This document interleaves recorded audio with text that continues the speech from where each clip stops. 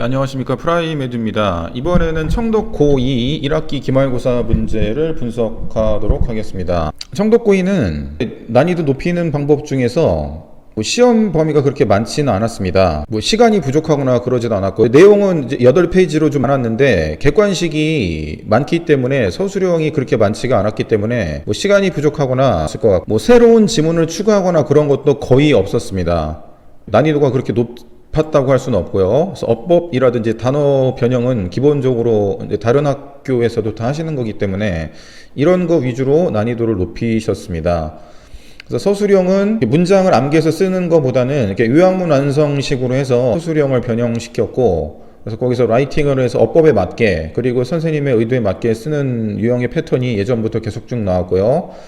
객관식이 난이도가 좀 쉽기 때문에 서술형에서 부분 점수를 잘 주시지 않는 편입니다. 그러니까 특히 선생님의 의도와 맞아야 되는데 여기 들어갈 내용이 정답과 다르면은 웬만하면 다 이렇게 부분 점수를 안 주시고 틀리게 하시는 경우가 많습니다. 그래서 여기에서 좀 점수가 많이 갈리지 않을까, 그렇게 생각이 됩니다. 청독 고2에서 난이도를 높이시는 방법을 알아봤고요. 문제별로 각각 설명을 드리면요, 일치, 불일치라든지 이런 것들은 이제 변형을 잘 안 하시죠. 이런 요지라든지 주장 이런 것도 마찬가지로 밑에 있는 것만 잘 해석이 되면은 틀릴 수 있는 확률이 적습니다.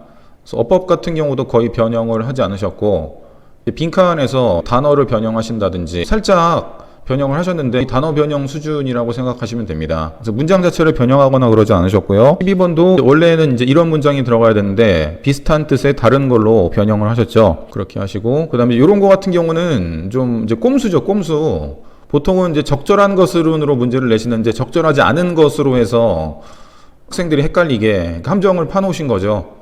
나머지 같은 경우에는 수능 유형에서 변형이 안 되는 유형이기 때문에 평소에 학습을 잘 하면은 맞출 수 있지 않을까, 그렇게 생각이 되고요. 어휘 같은 경우도 전통적으로 응의어로 변형을 시켜 주십니다. 16, 17, 18 전부 다 그렇게 변형을 시키셨고요. 나머지 같은 경우에는 변형이 안 됐고, 그다음 이제 유학문 완성 같은 경우에는 보기에 있는 단어를 몰라서 틀리는 경우가 굉장히 많습니다. 그래서 평소에 이게 어떤 내용이 들어갈지 해석 능력, 보기에 있는 단어를 알 수 있는 실력이 있어야 되겠고요. 아까도 말씀드렸지만 청독고 논술형 같은 경우는 요약문 완성에서 이렇게 빈칸을 뚫어 놓은 다음에 5에서 7단어를 써서 답을 작성하라는 유형의 문제가 많이 출제가 됩니다. 그래서 여기 쓰셔야 되는 게 기본적으로 문법도 맞아야 되고 선생님의 의도와도 맞아야 되는데 이 두 개를 만족시키기가 쉽지가 않습니다. 특히 문법적으로 맞게는 쓰는데 선생님의 의도와 달라서 틀리는 경우가 굉장히 많습니다. 여기 빈칸도 이런 단어였는데 다른 단어로 바꿔 쓰는 문제가 출제가 되었고, 한글로 쓰는 거기 때문에 문장 내용을 정확하게 파악하시면 쓸 수 있는 거겠고요. 이거 같은 경우도 이제 어형을 변화시켜서 완벽하게 똑같이 하는 게 아니고 그때그때 문법이라든지 맞게 쓰시는 게 굉장히 중요합니다. 그래서 이런 식으로 문제가 출제되었고, 청독고 2학년은 예전 유형과는 크게 다르지 않게 출제를 하셨습니다. 어법 번역이나 단어 변형 같은 건 원래 하시던 거기 때문에 그대로 하셨고, 서술형도 예전 유형과 크게 다르게 출제하지 않으셨고, 이번에 코로나 사태 때문에 그런지 서술형의 문제를 굉장히 많이 줄이셨습니다. 배점도 많이 줄이셨고요.